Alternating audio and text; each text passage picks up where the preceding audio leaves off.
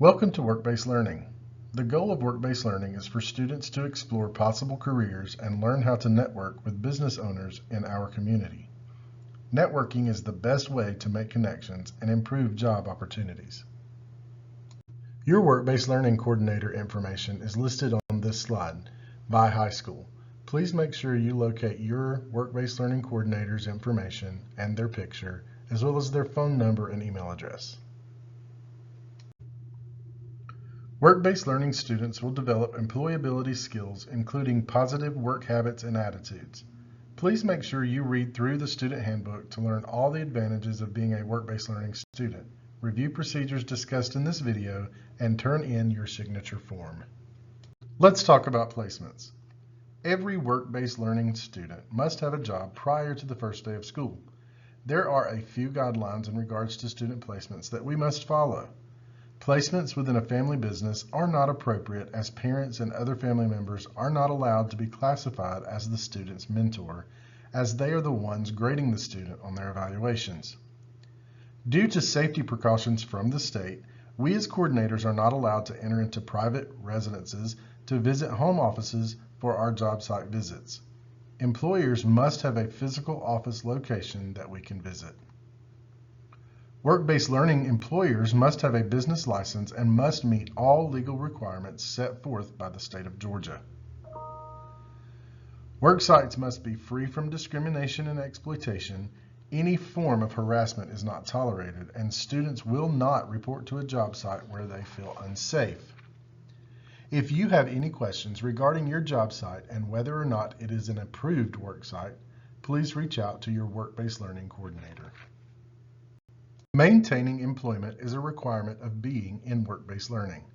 Students are expected to stay at their workplace for the entire school year, with the only exception being that they are working towards their career field. If you are considering changing jobs, you should discuss this first with your work-based learning coordinator and should have a valid reason. Job hopping for a 25-cent raise is not considered valid. After obtaining approval from your coordinator, you should give a 2-week notice to your employer. Changing jobs without approval and quitting without notice could affect your grade. Also, be sure to always follow company procedures. In an effort to provide the best learning experiences for each student worker, it is imperative that the employer agrees to provide a variety of work experiences that will contribute to the attainment of the student's career objective. The training plan is a document that explains the knowledge and skills learned throughout your job placement. It is important to work closely with your employer and work-based learning coordinator to help identify the specific task that will be learned on the job, outside of your basic communication fundamentals. Each 9 weeks, you will receive 2 evaluations. One is from your employer and is divided into 3 sections. Personal characteristics, which includes attitude, flexibility, initiative. Interaction with others, which includes respect and teamwork. And employer expectations. And this one includes punctuality, attendance, customer service, etc. The second evaluation will be from your coordinator. There are 6 categories on the coordinator evaluation. They are responsibility, attendance, attitude and respect, productivity and academic performance, self-management and time management, and hour requirements. Examples of both evaluations will be posted in Canvas for you to review. Each evaluation is a 100-point summative grade. Hour requirements. To receive elective credit for work-based learning, students must work the minimum hourly week requirements. These requirements are equivalent to the seat time a student sits in any other class during a regular school week. For example, if you have 1 block of work-based learning, you are required to work 7.5 hours a week. This is equivalent to the amount of hours you spend in math or English on a traditional block schedule. Each day, your classes are 90 minutes, or 1.5 hours each. Times 5 days in a week equals 7.5 hours per week. That number doubles if you are scheduled for 2 blocks of work-based learning. the work requirement increases to 15 hours per week. Students in work-based learning can earn their work hours at any time throughout the week. Students are not required to work every day. Working only on the weekends is acceptable and often preferred by many of our students. Attendance and record keeping. Attendance is very important for work-based learning in order to protect your grade. Work-based learning attendance will be kept by signing in and out through your coordinator. This counts on your coordinator evaluation, and your work-based learning coordinator will give you details on when and where to sign in or out until you are fully released as a work-based learning student. Failure to do so is considered skipping and will result in a discipline referral. If you are taking classes in the building, you must be present and on time to each class. Your attendance in school is just as important as attendance to work. Communication is key. It shows responsibility and maturity needed to be successful in the workplace. Dual enrollment and work-based learning provide students with flexibility in their schedules for work. Students that participate in both must understand they are responsible for communicating with the work-based learning coordinator with any questions regarding assignments, meetings, paperwork, events, etc. Your work-based learning coordinator will share the guidelines that are in place for success in both dual enrollment and work-based learning. We will conduct monthly meetings electronically or in person. We will post the video on Canvas and students will have 24 hours to view the meeting and complete the quiz on Canvas covering the information. We will send a message on Remind and Canvas once the video is available. The quiz grade will count as the student's attendance to the meeting. The dates for the meetings for the year can be found on your Canvas homepage. Once quizzes close, they will not be reopened, and students who do not complete the short quiz will receive a 0. We do not see students on a daily basis, and this is the most effective way to guarantee students are receiving monthly updates and information needed for students to be successful in work-based learning. Okay, be sure to listen. Let's talk about timesheets. Keeping track of the hours you work is a state requirement. Because of this important requirement, timesheets are a summative grade with points being deducted for turning in late. Failure to turn in within 5 days will result in students' early release privileges being suspended. The timesheet should be completed in blue or black ink with no scratch-outs. The timesheet should be filled out entirely with your name and your company's name, the days and hours worked, and total hours worked for the month. You will need to sign your timesheet as well as one of the supervisors or managers listed on your work documents.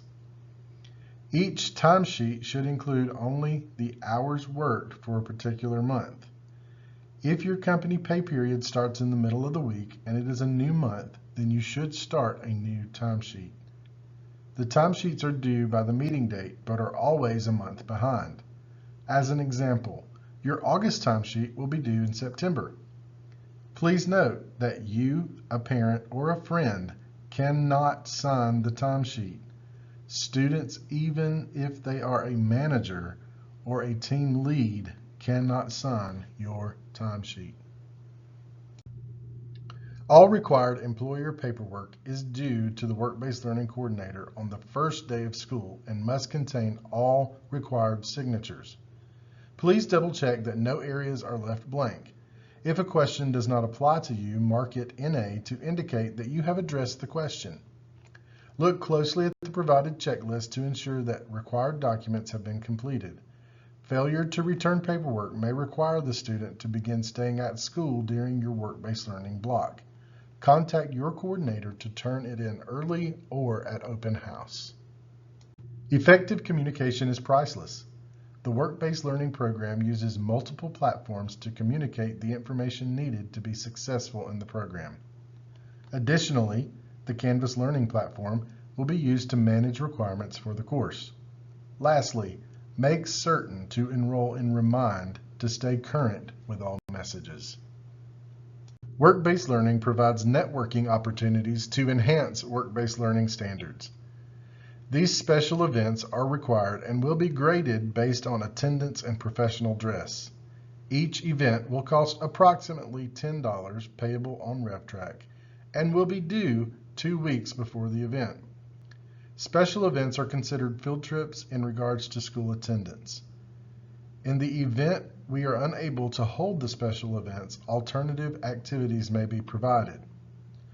These are examples of former special events: Rising Professionals, industry tours, employer appreciation. Even though work-based learning students are released from the school building during their designated work-based learning block, students are still expected to follow all regulations and policies set forth by the Paulding County School District. The expectations of our students are to represent well both in the classroom and at the workplace.